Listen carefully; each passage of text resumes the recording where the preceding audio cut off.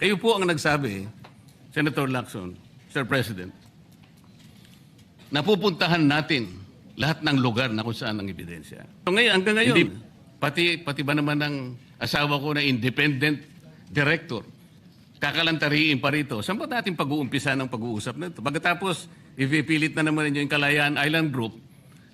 Ano po ba patakaran dito, Mr. President? Ginoong Lacson? Kailangan bang samot-samot ang gagawin mo para sa isang privilege speech? Kayo po'y matagal na sa Senado. Alam ko po, kabisado nyo yung patakaran dito. Ang isang privilege speech na katutok lang sa isang subject matter.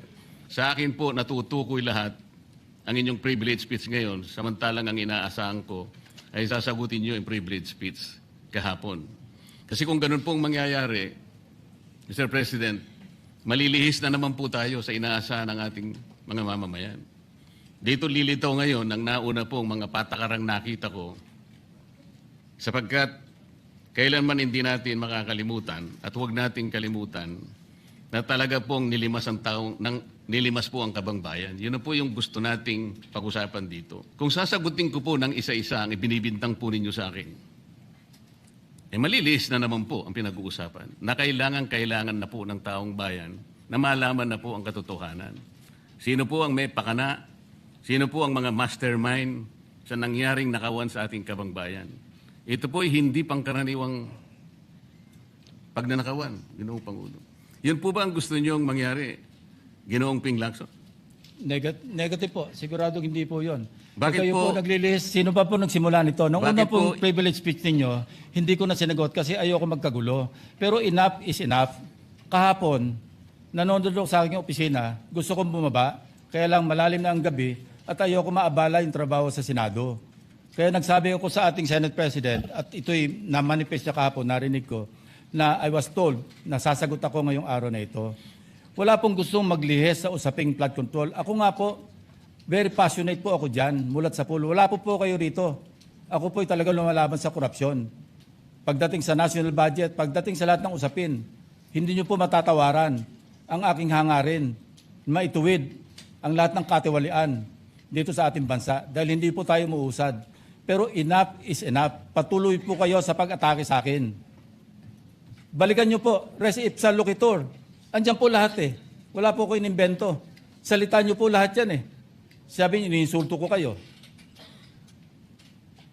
Sagutin nyo po. Totoo po ba o hindi yung ating napanood sa mga video?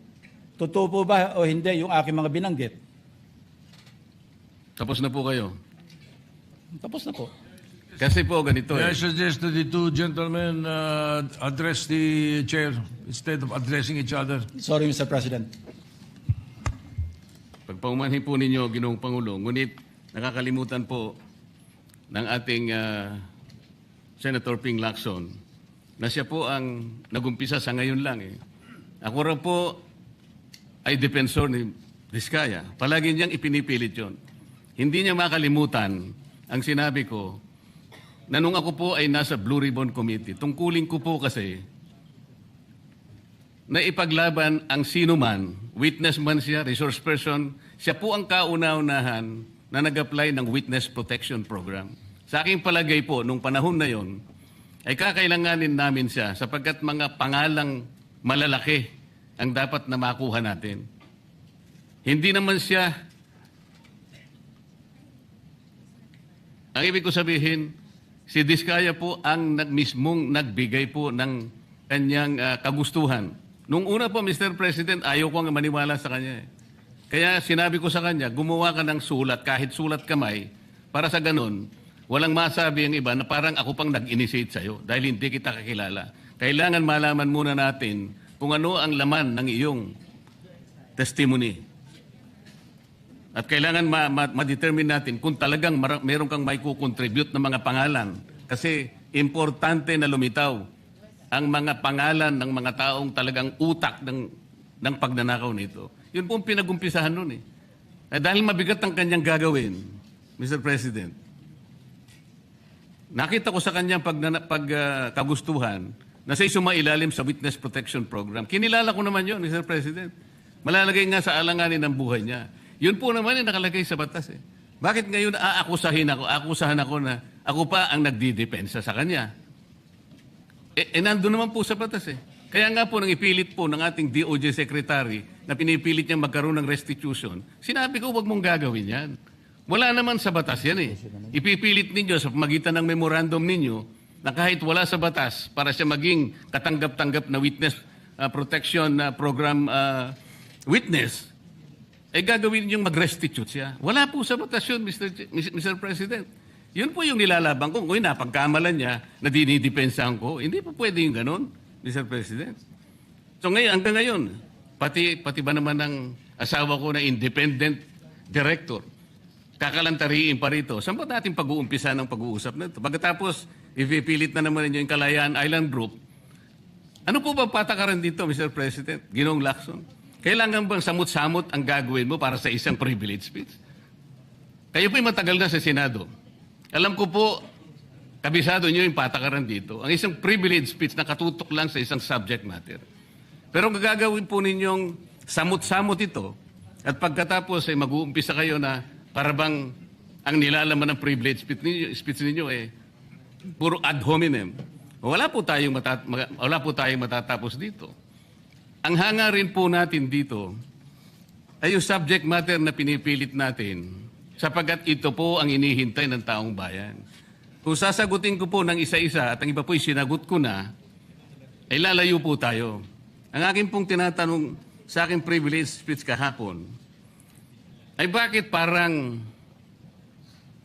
hindi ninyo pinagbigyan ang ibang mga tao na napakarami nilang dapat sabihin para sa ganun malaman natin ang katotohanan. Kayo po ang nagsabi, Senator Lacson, Sir President, napupuntahan natin lahat ng lugar na kung saan ang ebidensya.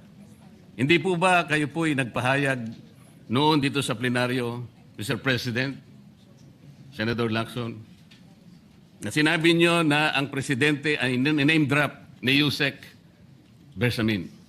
Hindi ko man lang po nakita yung kanyang katauhan na ipinatawag nyo dito.